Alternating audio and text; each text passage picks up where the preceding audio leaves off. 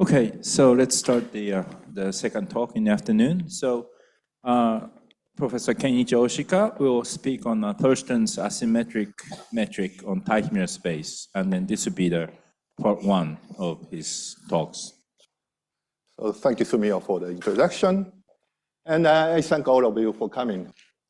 And I'm very happy to serve as an organizer, one of the organizers in this wonderful hall with an impressive blackboard. And so this is a two-part talk, and this is the first one. And today I'd like to just give an introduction to the Thurston asymmetric metrics. And on Friday, I will talk about some recent result of ours on the convex structures of the tangent space or cotangent space of the Teichmüller space with respect to this Thurston's asymmetric metric. So let me start with some comparisons between the Teichmüller metric and the Thurston metric. So up to today, I don't think there are many talks which really deal with this Teichmüller metrics. But so let me just draw some kind of the table comparing the Teichmüller metric and the Thurston metric. So Teichmüller metric, so the Teichmüller space is when Teichmüller defined Teichmüller space, his viewpoint was the complex analysis. So he regarded the Teichmüller space as a space of the conformal structures or the complex structures on the Riemann surface. So the structures, so there is a conformal structure or the complex structure on the surface. So that's Teichmüller's viewpoint. So in Thurston's viewpoint, so this becomes the hyperbolic structure. So he regards Teichmüller space as the space of the hyperbolic structures modular isotropy. So by uniformization theorem, so if the genus, in the case of the closed surface, if the genus is greater than 1, then any conformal structure corresponds to a hyperbolic structure. So you can regard the Teichmüller space as the space of the hyperbolic structures. So that's the viewpoint the Thurston took. And so to define a metric, Teichmüller uses the quasiconformal map. So that this is how to measure the distance between the 2 points or two different structures on the Riemann surface. So that Teichmüller's viewpoint is a quasiconformal map.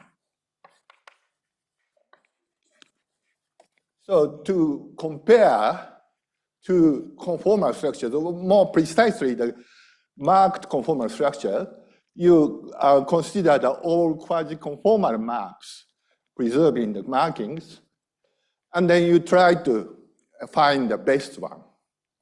So that gives the distance between the 2 points in the Teichmüller space. So for the Thurston's viewpoint, so this is a Lipschitz map.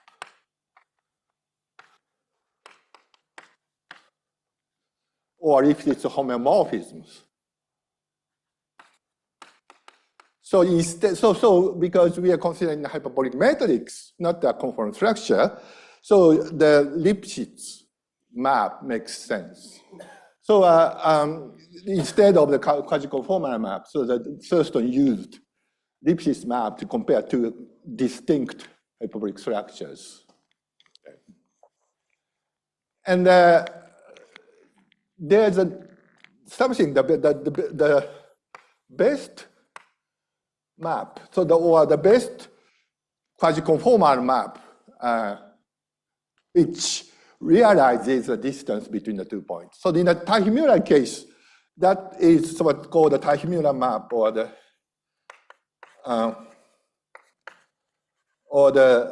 something. The Teichmüller actually found the best quasiconformal map, deforming one conformal structure to the other, preserving the marking. And that gives actually, that attains the distance between the 2 points in the Teichmüller spaces. So in the case of that first metric, so this is something unique. But in the case of the hyperbolic structure, so there is something called the best Lipschitz map, or Lipschitz homeomorphism. But in most of the cases, this is not unique. There are some special situations where the map is unique, but in most cases, it's not unique. So this is a table comparing the Teichmüller's distance, or Teichmüller's metric, and Thurston's asymmetric metric. Oh, let me just add one thing. So symmetry. So the Teichmüller distance is really symmetric. That means the distance from x to y is equal to the distance from y to x. So it's, when you learn the metric space as an undergraduate student, so there's an axiom for the metric space, and probably the second one was something, it should be the symmetry. And when you say that something is metric, then you usually assume that it's symmetric. But in the Thurston case, it's not symmetric. So this is asymmetric metric. So that's why I put the adjective, the asymmetric here.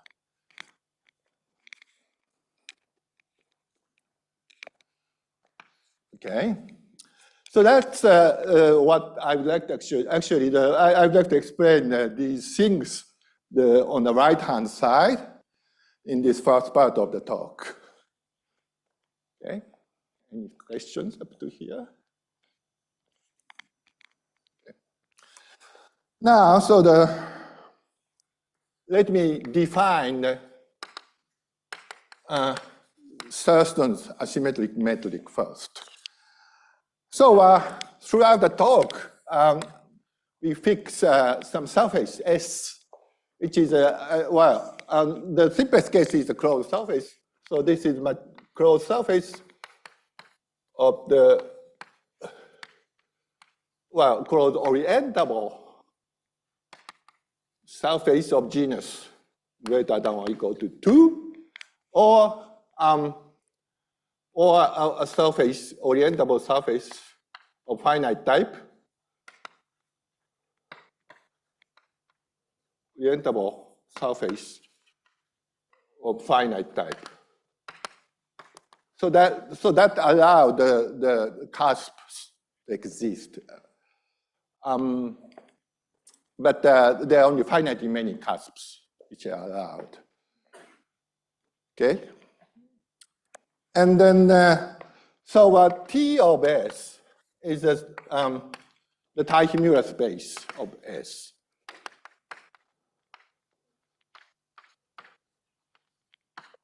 So, we take the Thurston viewpoint here. So that it's regarded as the space of the hyperbolic metric or hyperbolic structures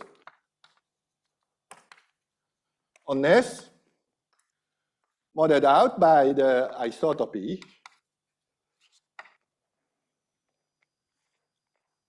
So it has a natural topology. So you can compare to hyperbolic structures. So that it's just a kind of the Riemannian structure, so that you can compare these two. So the Riemannian metrics are close to each other, then that should be closed. And so this is a quotient space of such a kind of thing, and so it has a natural quotient topology. So it's a topological space. And actually, this topology coincides with the topology coming from the Teichmüller's definition. So it's homomorphic to the Euclidean space of dimension 6G minus 6 plus to C, where the C is the number of the cusps.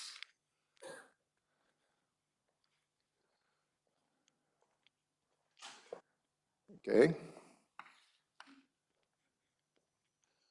So now, to define a metric, I should first define something called the Lipschitz constant, or Lipschitz, what's the name? The Lipschitz of the map, Lipschitz constant of the map. So we have the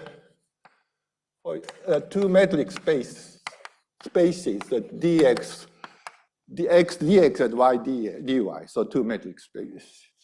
And we consider the map from x to y, which we assume to be Lipschitz.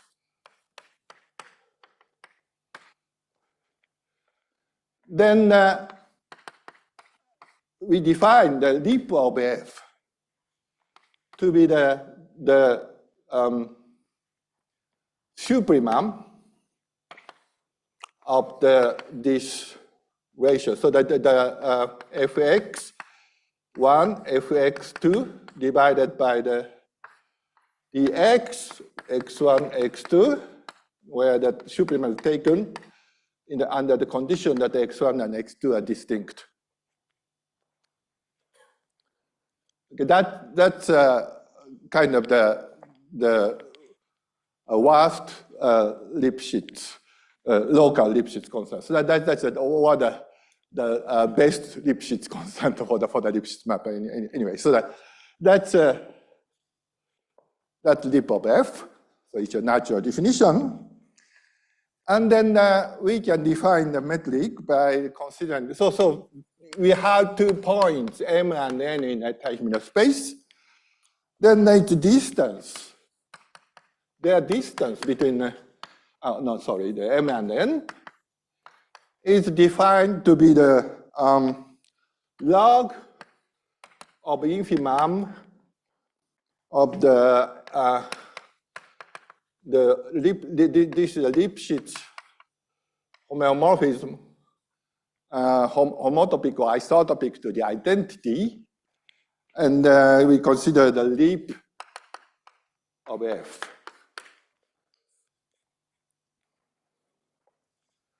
So we regard f as here f is a map from S to S, but from Sm to Sn.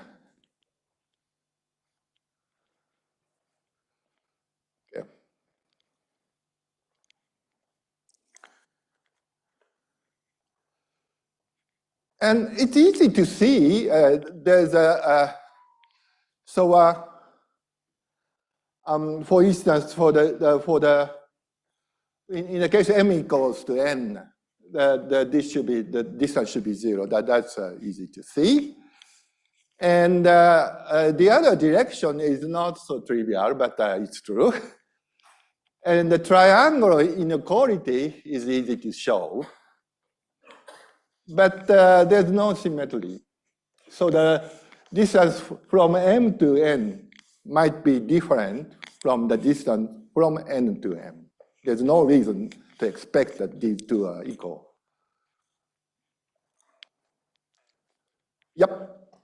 Is it clear why this is non-negative? Oh, well, yeah. It's so because we are considering that. So it comes from the kind of the Gauss-Bonnet, actually. So if the map is shrinks everything, then the area must be smaller. So we are on the same surface and the same curvature. So that by Gauss-Bonnet, the area should be the same. So that implies the fact that it's positive or not negative. Right.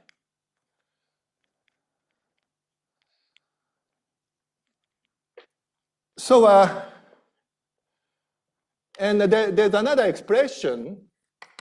There's an alternative expression of this metric.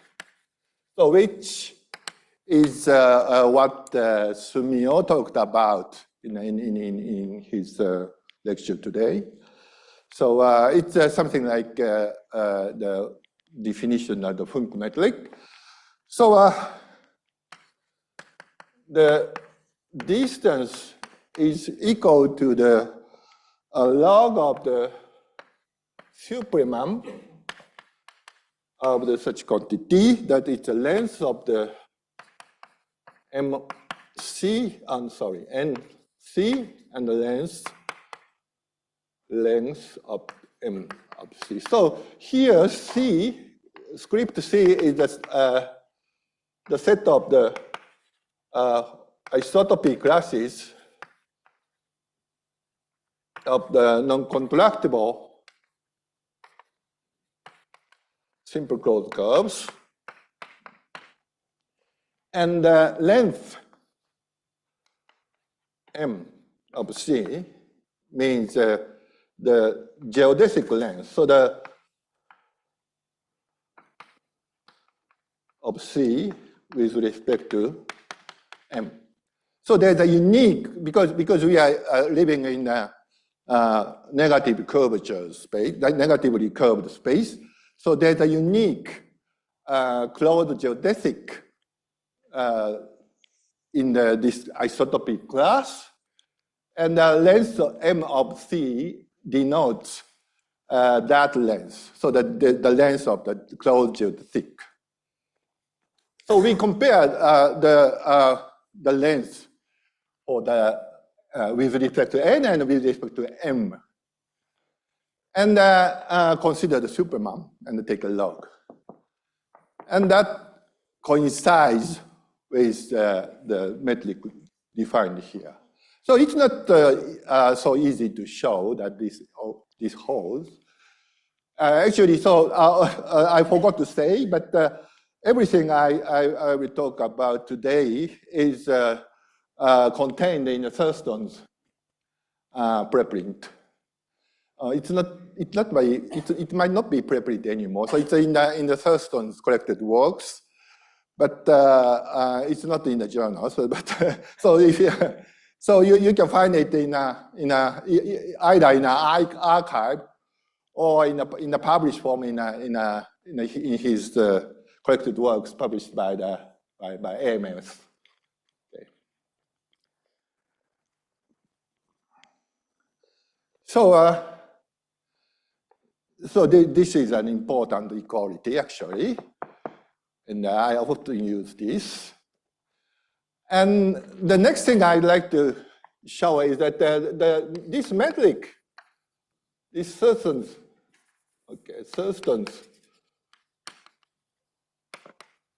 metric is Fischer or Fischerian.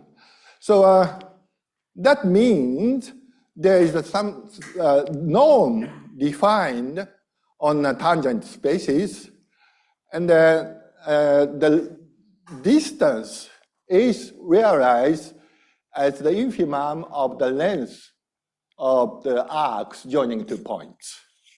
So that's the definition of the Fischer structure. So here, by norm, again, so we don't assume the symmetry. So the norm might not equal to the minus. So if for a vector v and the vector minus v, the norm might be different. So so here we consider tangent space of the Teichmüller space at the point M, and the norm Thurston. I don't want to use the term Thurston norm because there's another notion of Thurston norm in a three-dimensional topology, so it's confusing to use this term. But anyway, so it's a norm associated with the Thurston's metric. Is defined to be this form. So the supremum of the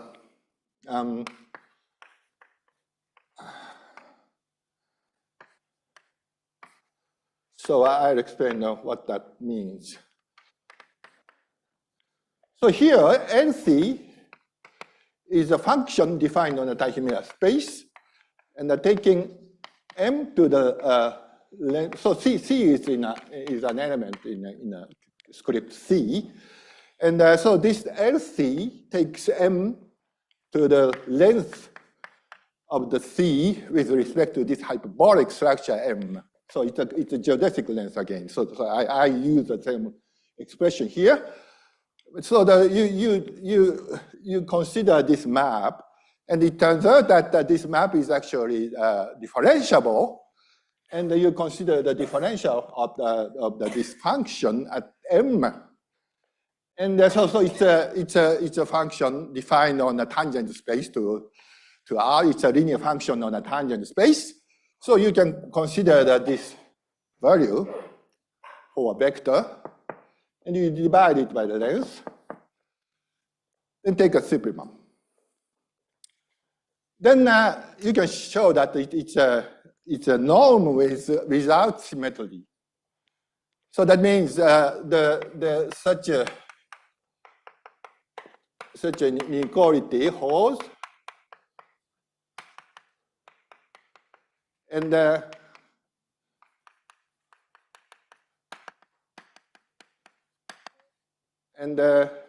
for a positive lambda, positive scalar, the norm is equal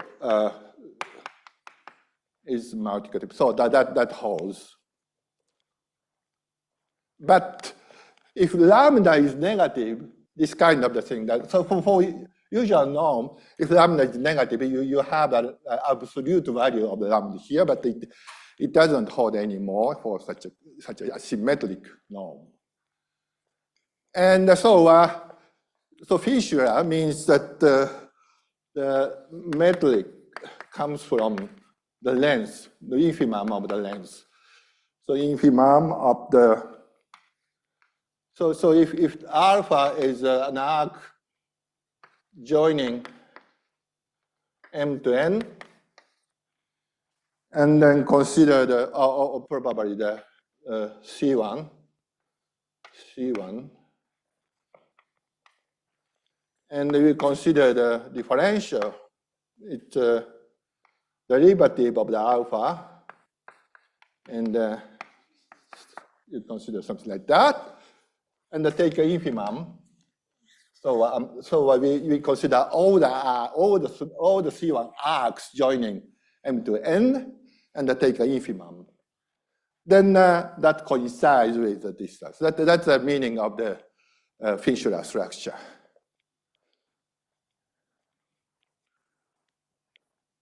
Okay, any questions up to here? Yep.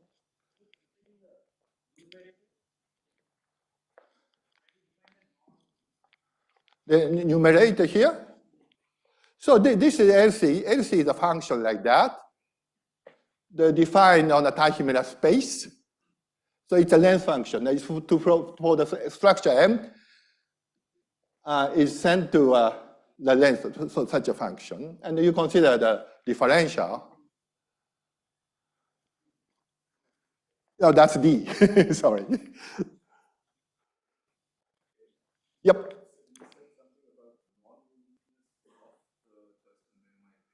Right.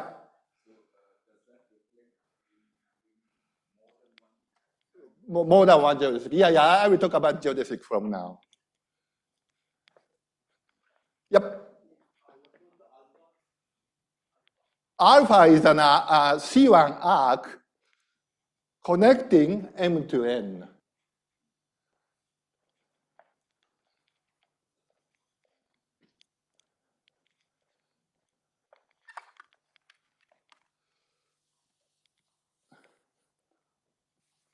So now I will talk about the geodesics with respect to this Thurston metric.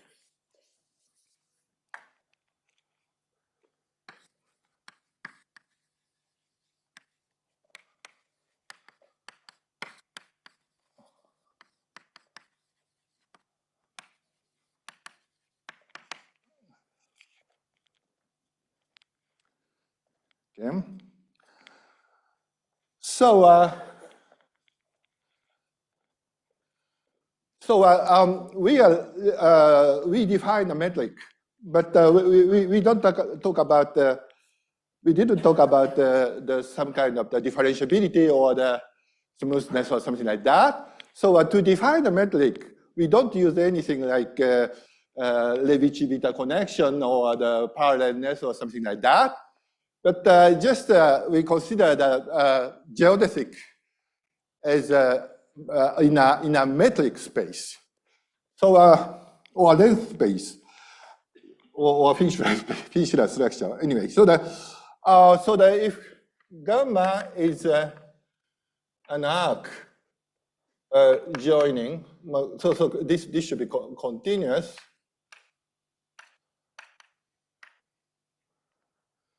Joining M to N, or probably I don't have to say anything about the endpoint. So anyway, so gamma is arc, continuous arc. Then its length with respect to this Thurston distance is I will not.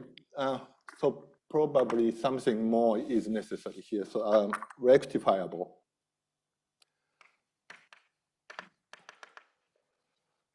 So rectifiable means that the length is well defined. Okay. Now, if the length is equal to the, sorry, this should be the 0, 1 to the Teichmüller space, or more generally, that should be the A, B to the Teichmüller space.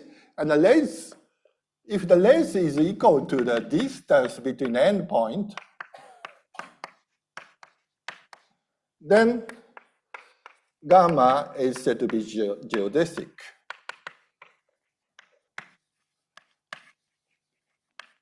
So in other words, the geodesic is something attaining this infimum if we assume that alpha is differentiable. Actually, if we assume that the alpha is rectifiable, alpha might not be differentiable, but still the derivative exists for almost all points, and this expression makes sense, even without the assumption of the differentiability. Okay, so the geodesic in this sense is what we are interested in.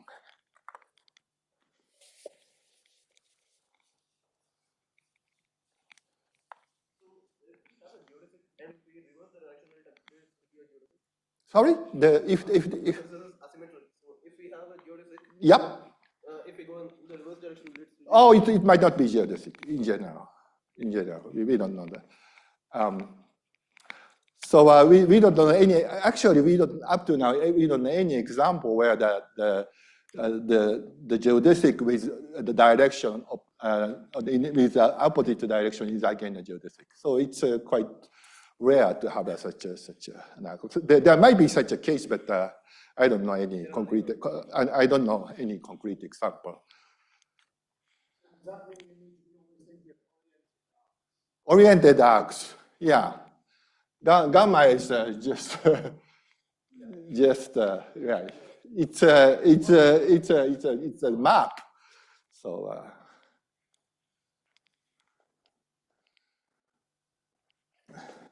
Now, there's a special class of the geodesics, and which plays a special role in our theory, which is called the stretch map.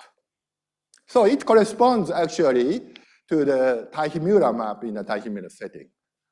So the stretch maps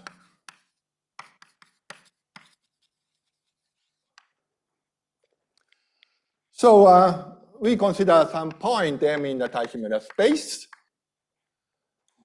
And so on the SM, we consider something called a geodesic lamination. So this is a geodesic lamination. So that means this is a closed set consisting of disjoint simple geodesics. Okay. So let me draw a picture of a typical geodesic lamination. So the simplest one. So just to take a simple closed geodesic. It's a geodesic lamination, of course. it's a closed subset, and it consists of the disjoint closed geodesics, the simple closed geodesics. So that's a geodesic lamination. And if you take two disjoint closed geodesics and take the union, again, it's a geodesic lamination, of course. Yeah, from the definition, it's clear. And more sophisticated example is something like that. So that you consider the geodesic spiraling around one geodesic like that, and the other end spiral around here. And take the union of three simple geodesics like that. Then take the union. Then it's again geodesic lamination. Okay. And you can add other leaves, for instance, on the other side or something like that. And so you can consider anything like that. So, but all of these are simple kind of the geodesic lamination. In general, so geodesic lamination might be very complicated. There is something called the ergodic or something, and or recurrent or something. So there might be leaves coming.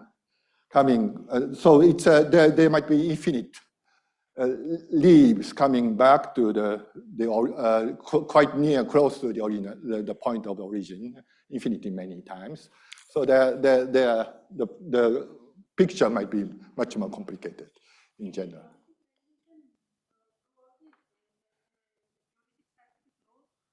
No. So here the geodesic is not closed, so it's infinite geodesic spiraling around the closed geodesic infinity many times.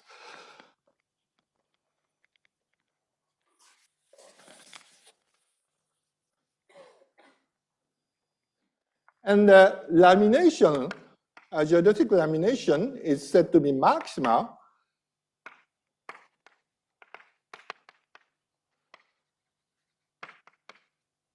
when it is not a subset or sublamination of another lamination, proper subset of another lamination.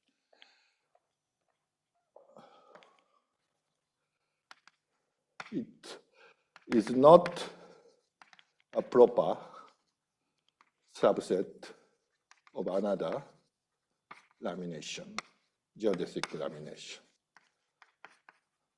Okay. So if a lamination is maximal, then it's easy to see. So if it's the maximal geodesic lamination, then it is easy to see that complement of this lamination consists of the ideal triangles. The ideal triangle is something, so this is the Poincare disk. The ideal triangle is something you can draw like this. So you consider three geodesic on a hyperbolic plane touching, so the two of which touch at infinity, every pair of which touch at infinity. So that's the ideal triangle. So if the complement is not the complement contains a component which is not the ideal triangle, you can put another geodesic inside the complement, and you can make it larger. So it means it's not maximal. Or if it's maximal, the complement must be like that. So each component of the complement must be like that.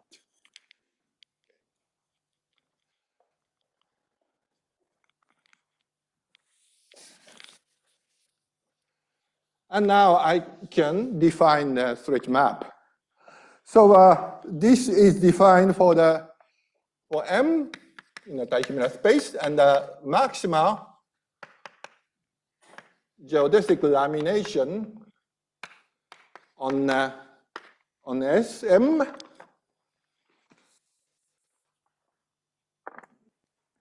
and for T greater than or equal to, it's a non-negative T, then we define the Lipschitz map homeomorphism from SM to SMT. Okay? So it depends on T, and FT is defined like this. So for each component of the complement, so you have so each component is just either a triangle, so something like that. And then you draw a foliation like this. So this is a foliation whose leaves are the holocycle. So holocycle is something, the family of the circles touching tangent at this point. So that you draw the holocycle from each either vertex.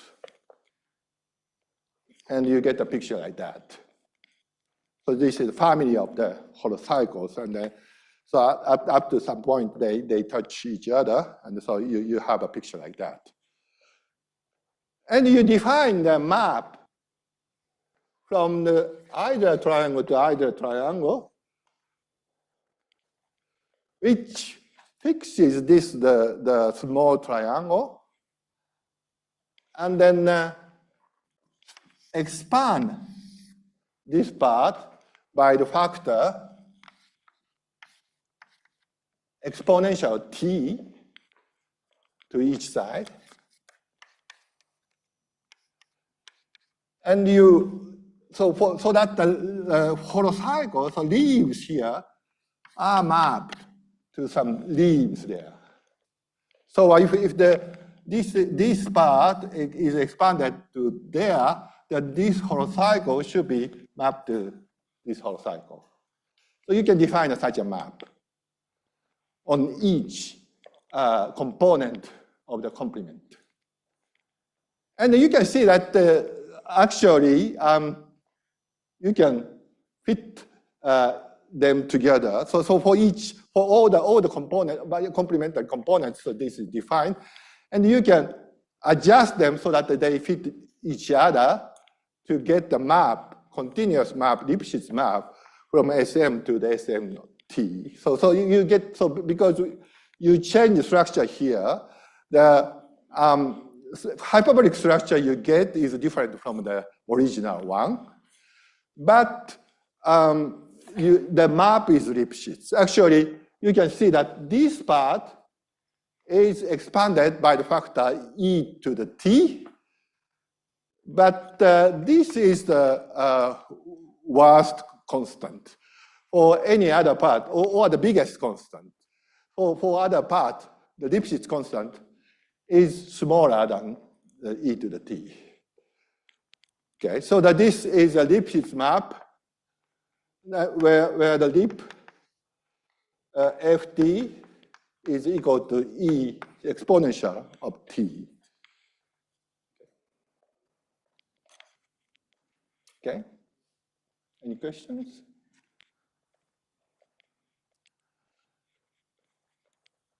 Okay.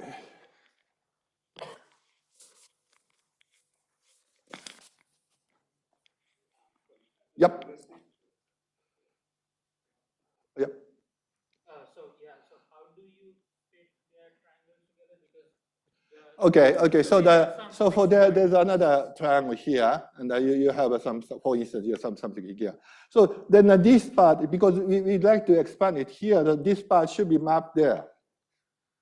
But this then, so from this part, we can consider the expansion of this leaf, because this leaf is expanded by the same factor all over the leaf. So it's fit together if you have another triangle on the other side. But there's a possibility that there are infinitely many leaves converging to that point. For that, there's some subtle argument to show that it actually extends continuously or as a Lipschitz homeomorphism to the entire surface. But it boils down like something like that. So because on the leaf, it has a constant expansion. So the map from this side and that side can be pasted up. Yep.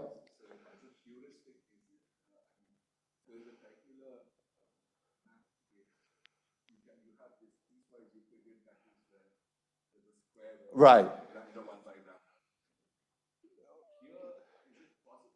No. So this actually this part is somehow the hyperbolic expansion, and this part is it's a contraction, but the factor is completely different. So it's not as in the Teichmüller case. It's not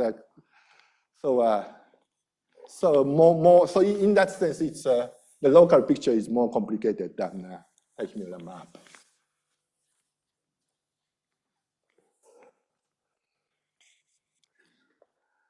Okay, so there's a ray starting from the, so what was this good symbol? So the lambda, and you have the starting point, something like m. D. So that's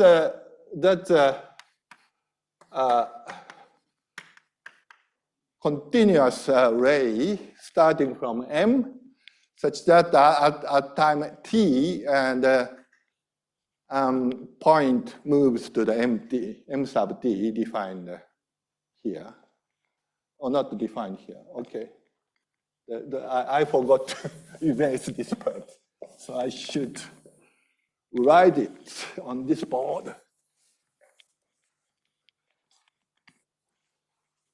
So it's lambda mt is mt. So you get the ray starting from m. Okay. And the fact that this should be m. So the fact is that this is a geodesic ray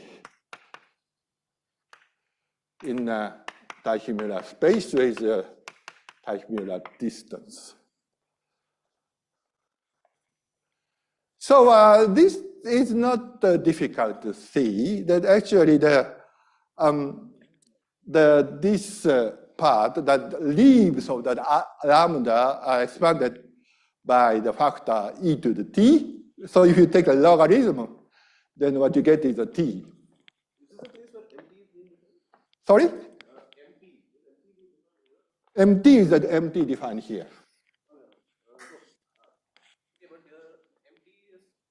MT is a new hyperbolic structure, so which is obtained by this expansion stretch. Okay, so then actually this is the best Lipschitz map between M and MT for any t, any non-negative t. So this corresponds to the Teichmüller geodesic ray. But unfortunately, contrary to the Teichmüller case, so it's not true that any 2 points can be joined by such a path. So any subarc of this ray is called so this one is called a stretch ray, and any subarc of this ray is called a stretch path. So, but it's not true that any 2 points in the Teichmüller space can be joined by the stretch path. Rather, it's fairly rare that the 2 points can be joined by such a stretch path.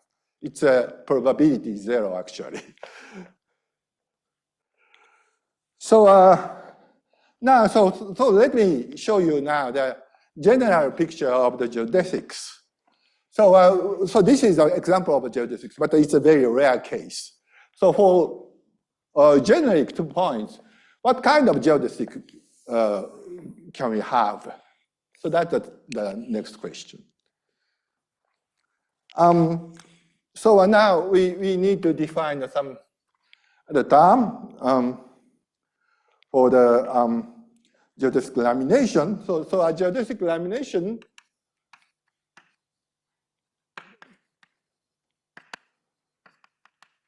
is said to be chain recurrent if it is a Hausdorff limit of a sequence of the geodesic multicurve. Multicurve just means a disjoint union of a simple closed curve. So the geodesic multicurve means a disjoint union of the simple closed geodesic.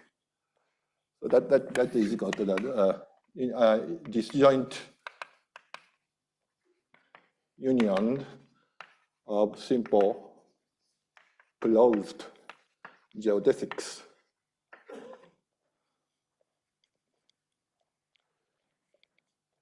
So let me draw a picture of the chain recurrent lamination and also the non-chain recurrent lamination. So for instance, the closed geodesic or the disjoint union of closed geodesic is an example of a chain recurrent lamination because it's the constant sequence and the limit is itself. But the non-trivial example is obtained like this. So you have, for instance, 2 closed geodesic here and there, and you add the spiraling leaves in such a way that if you look at the other side of the closed geodesic, then spiraling direction is opposite. So if that spiral like that, then for the other direction, it's spiral like this. So I draw a larger picture here. So it's spiral like this in this part, and this this is like that. Then this should be like that. It's clear? So if it spirals in this direction on the right-hand side, then this spiral in this direction on the left-hand side. So this is the Hausdorff limit of the simple closed curve. Actually, if you consider this kind of the simple closed geodesic, so it goes around this one n times and go out and coming back like that, and take the Hausdorff limit. Then what you get is this kind of picture locally.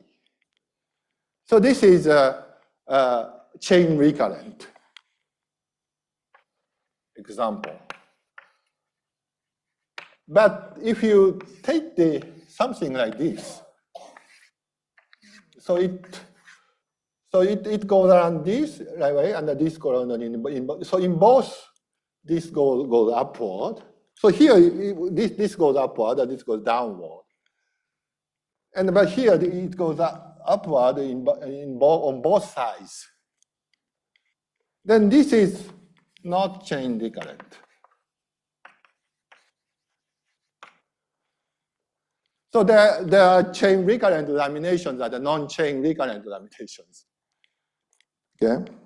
So this notion is important because I already erased that. But so there's an equality between the ratio of the length, the supremum of the ratio of the length, and the distance. So if you have a sequence converging to this limit, the supermum, then you need to take the limit of this kind of closed geodesic. And then what you get is, and take a Hausdorff limit. Then what you get is a chain recurrent lamination. So non-chain recurrent lamination cannot be obtained as a limit of such a thing. So that's why we have to distinguish these two kinds of the laminations.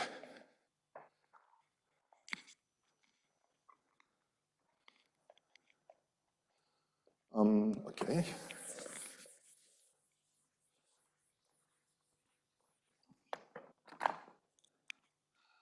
Now, let me show you the picture of the general geodesic between the 2 points in the Teichmüller space. So suppose M and N are 2 points in the Teichmüller space, and we are considering the Thurston metric. Okay. Then, the distance is defined. So this is defined. Okay. And then we can consider something called the maximal, maximal ratio maximizing, so you have two max here, maximizing lamination or chain recurrent geodesic lamination. So that is very long word. So if you have 2 points, then you consider that all chain recurrent laminations defined on the SM. And so mu Mn and Mn realizes the supremum of the ratio, the expanding ratio between the SM and the SN for every geodesic chain recurrent geodesic lamination. So the maximal means that among these ratio maximizing chain recurrent lamination, this one must be maximum. So it contains all ratio maximizing and chain recurrent geodesic laminations. Okay, so let me show, just to explain that it's not empty.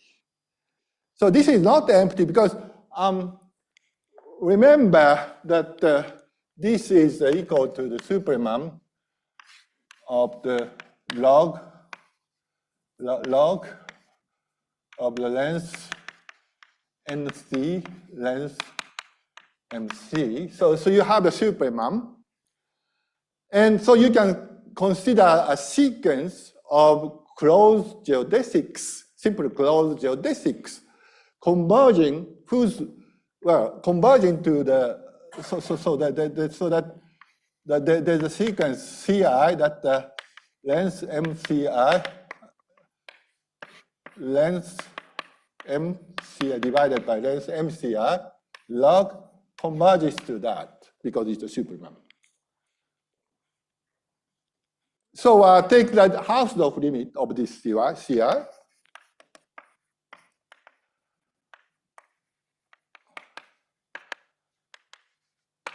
Then that should be ratio maximizing because this is equal to that. So the expanding factor on this is exponential of this distance. Okay. So it's not empty. Because it's not empty, so that you can consider the maximal one among these things. And you can show that if you have two ratio maximizing one geodesic lamination, they cannot intersect transversely each other. So you can consider the maximal one.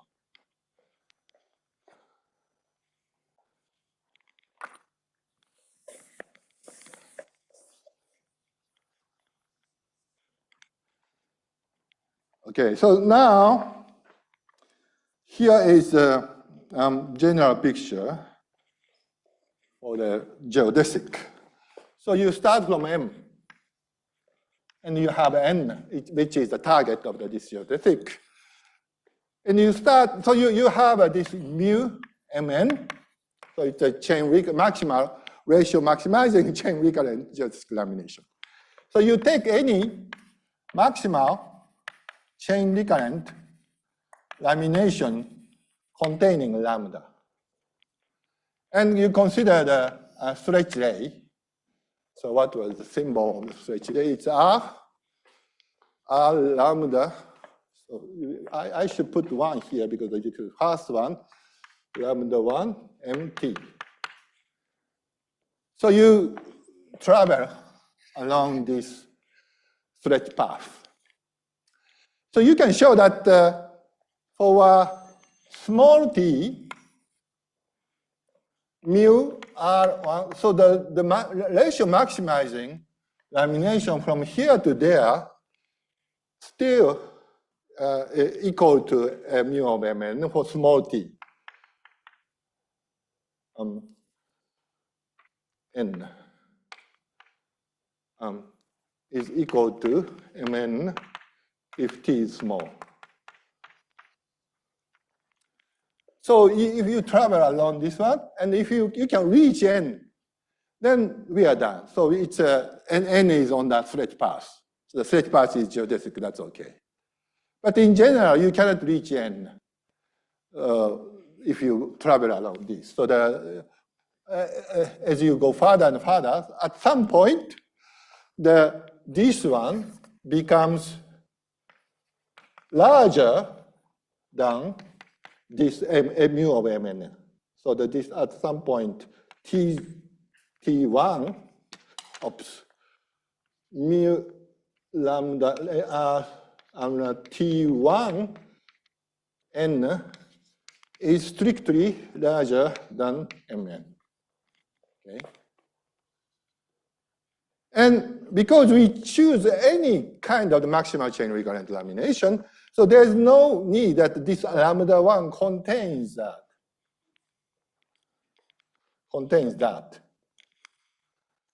So then if it's not contains that, that means, so outside mu mn, this intersects that transversely. Then we have to change the direction so that lambda 2 is the maximal chain recurrent lamination containing this new one. So we change the direction. So now we travel along lambda 2, starting at this point. So this start with, what's that, T1. Okay. So you travel now along the stretch path along lambda 2, but again at some point,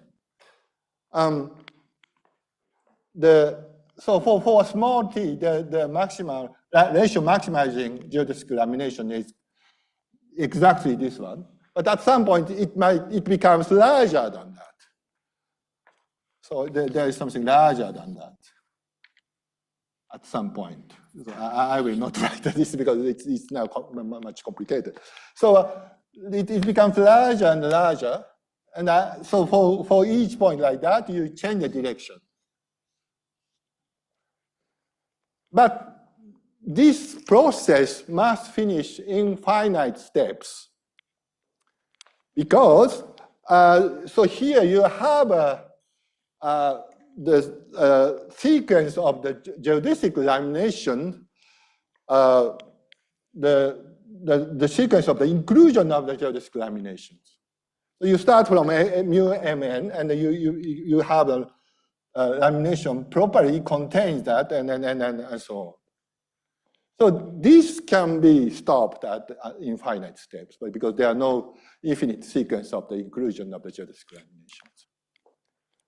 So at finite steps, so because that's just the area. So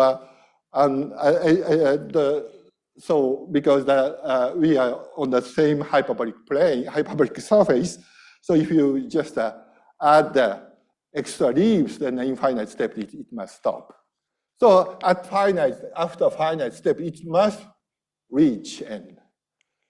So the general picture is like that. From m to n, there is a finite concatenation of stretch parts, which is a geodesic with respect to Thurston metric.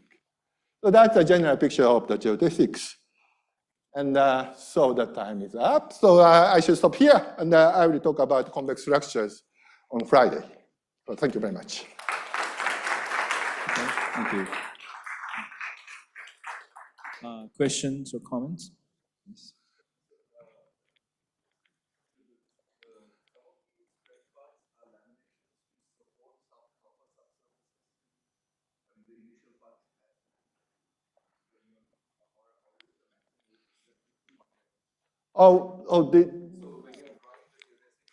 Yeah.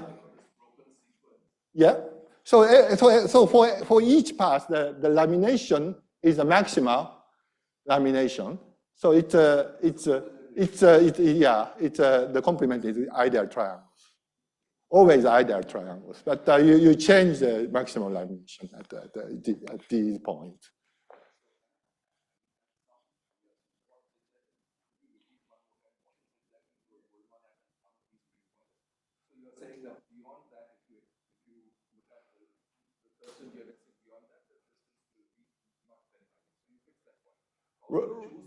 Yeah. So if you just restrict the mu of mn, so the distance is realized on here. But in the complement of that, so this supporting surface of this might be smaller than the entire S. So the outside that you have to change the direction to stretch. So that's the picture.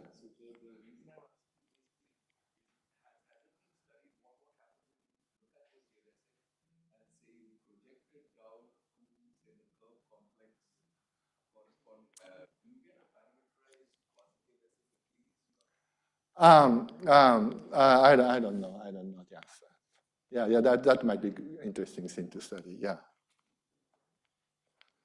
Yep. Do we know anything about the isometry of the Thurston metric? Yeah. So every isometry of the do you mean the self-isometry of the Teichmüller space with respect to Thurston metric? It always comes from the mapping class. It's known. It's known. So the first proof was obtained by I think Walsh. So we have a alternative proof coming from the. So we have a proof that any linear isometry between the tangent spaces of the Teichmüller space with respect to this norm comes from the mapping class. So there's an infinitesimal rigidity. Sorry? Are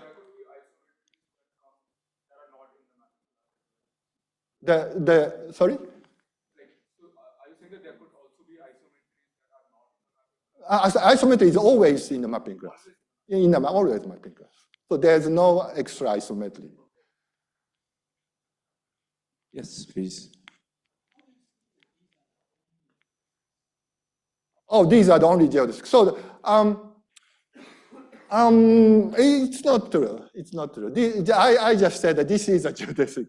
This is not the only way. So for instance, you can consider the so you have a freedom of a choice of the maximal geodesic maximal chain recurrent lamination here, lambda 1, and so there's a freedom of choice. So you can choose anything containing mu xy, and there's a possibility that you can deform this at the same time on this and this, and so this is not the only geodesic that we have. So that there are many other choices. So that it's something like a norm defined on that Euclidean space, Euclidean plane, for instance, by this norm.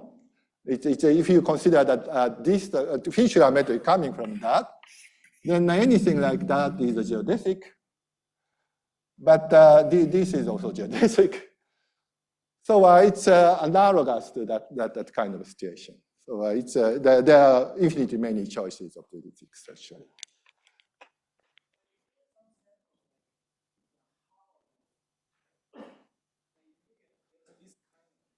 Yeah. Yes. So